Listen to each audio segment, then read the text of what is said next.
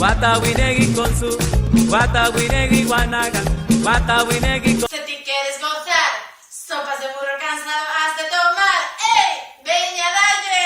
¡Comenzamos! We're up to is just cooking the books. No more practice, no memory of the crooks. Hiding good.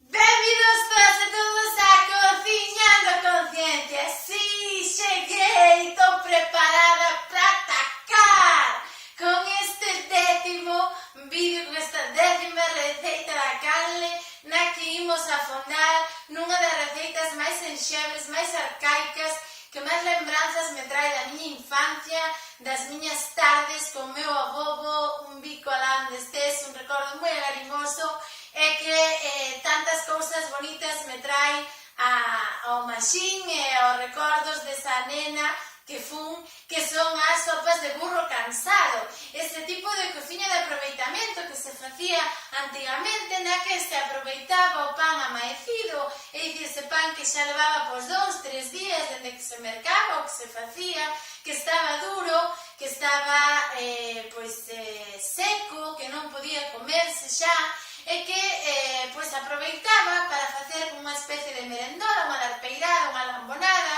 con doce feito con viño tinto e máis un pouco de azucre, ou no caso, como veredes por aí polos vídeos que vos comparto na nosa receita, un pouquiño de canela, pois para darlle un gustiño. E como podedes ver ou se lembrades noutros vídeos, esta receita traenos de novo, por eso elixín como forma de volver a esta canle despois desa tardanza, desta desculpade deste tempo no que non houve vídeos por cuestións axenas á miña vontade, por cuestións axenas a este mundo do YouTube, do mundo de fora, da vida de fora, que non sempre é o que unha quere nin o que unha desexa.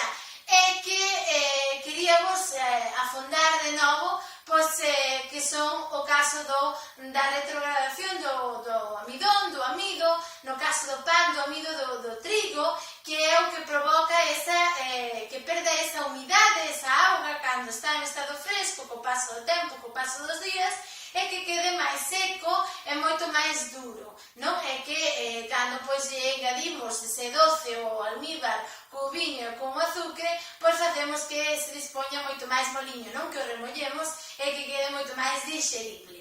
E a outra cuestión científica que nos permite afondar nestas sopas de burro cansado é a cuestión dos aceotropos. Acordadevos que cando falábamos das cociñas, das receitas que empregábamos o viño como ingrediente, que cando facíamos ferver, cando chegábamos ao punto de ebullición, evaporábase moita parte dese alcohol, dese etanol presente nese viño, pero que había un punto no que certas moléculas dese etanol, dese alcohol, quedaban unidas ás moléculas de auga do líquido dese viño e que non chegaban a evaporarse de todo. Por iso dicíamos que ese tipo de comidas pois non eran as máis aceitadas nin as mellores para ou as máis apropiadas para nenos ou persoas maiores que pois estiveran tomando medicacións nas que pudera interferir ese alcohol. Pero como xa vedes, antigamente estas cuestións ou non se coñecían ou non se daba tanta importancia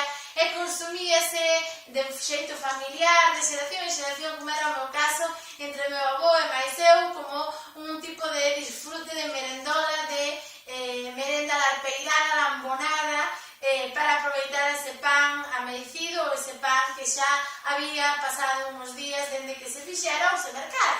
Así que nada, con isto remato o vídeo, lembrándonos, deixo-vos por aí en riba as lembranzas dos vídeos anteriores nos que explicábamos un pouco máis profundamente estes conceptos científicos, e emprazamos ao seguinte vídeo no que seguiremos afondando nesas cuestións científicas que acontecen nos fogos das cociñas, nestas receitas que vedes tan enxebres, tan arcaicas, tan propias da nosa cultura galega e da nosa gastronomía galega. Así que xa sabedes, se non estades suscritos, dadelle a suscripción, a campaíña para que vos avise o YouTube, senón polas miñas redes sociais que atoparedes na caixinha de información. Sempre vos informarei cando saia publicado un novo vídeo e, por suposto, marcapiollos para arriba se vos gustou o vídeo. E, como non, compartide e difundide polo mundo adiante para que chegue a todos ese coñecemento acerca da importancia da retrogradación do almidón, do amido, tanto do pan como do amido do maízo, e tamén dos aceotropos, que non podemos cociñar sempre con viño se vamos a cociñar para nenos ou para persoas con certas enfermidades. Así que nada, un bico moi grande, grazas por chegar ata aquí, unha